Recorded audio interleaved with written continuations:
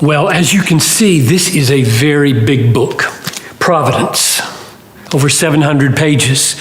So you should ask me, don't you know people don't read 700-page books? Yes, I do know that. And so you should ask next, so why did you write a 700-page book? And here are two answers. One is that a few people read 700-page books, and they tend to be the people who influence other people.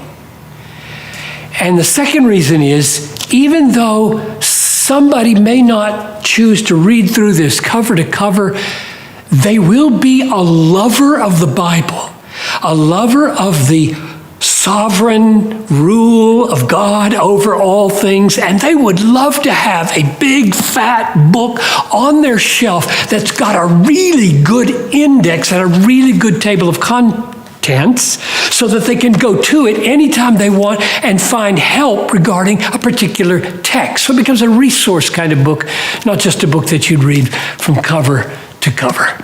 So it's about providence. Now, maybe you'd ask me another question. Why didn't you call it the sovereignty of God?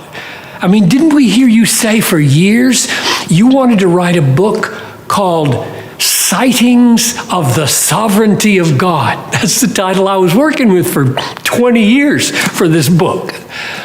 So why didn't you write that? I did write that. But the reason I call it Providence is because as I got into it, I realized I've got to write not just about the fact that God is sovereign, that is, he has the authority and the right and the power to do whatever he pleases, and he does. But you have to deal with, well, why does he do what he does? Where is it all going? And once you talk about purposeful sovereignty, that's what this is. This is about the sovereignty of God and where it's all going, and that's what I mean by providence, purposeful sovereignty. So here's why I wrote the book. Here's what difference I think it will make in your life if you were to get into this. I'll just mention several reasons out of 10 that I closed the book with. Number one, I want there to be God-besotted people in the world. I want them to live in a God-entranced world. And I don't know a doctrine better than the providence of God to make people God-besotted in a God-entranced world, because the providence of God means he guides the courses of the stars and has them all named, all billions of them, and he causes the little birds to fall out of trees in the darkest jungle of the Amazon. And so from the tiniest, meticulous parts of the universe to the grand parts of the universe, he rules. And if you believe that, if that grips you, you'll look at everything differently. You'll be a God-besotted person. That's number one. I want there to be God-besotted people in a God-entranced world. Number two, I want you to have assurance of your salvation.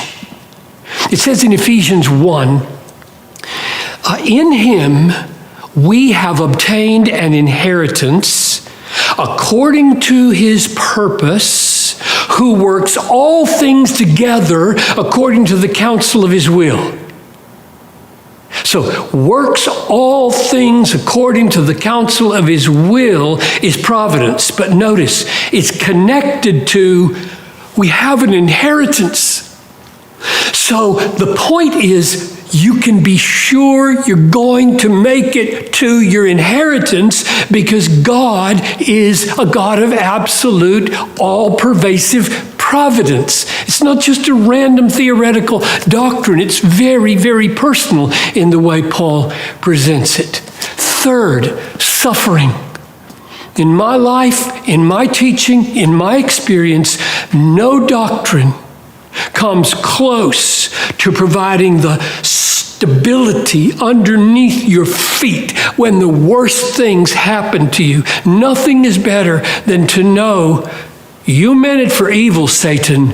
God meant it for good. I mean, Genesis 50, verse 20 is like a banner flying over every bad thing that happens to Christians. You meant it for evil. And the you might be persecutors. The you might be your own sinfulness. The you might be the devil. It's true. They meant it for evil. God, in his providence, meant it for good. Therefore, there's a rock under your feet. You never have to say, where was God when this happened? And the last thing I would say is courage and authority to pursue the nations.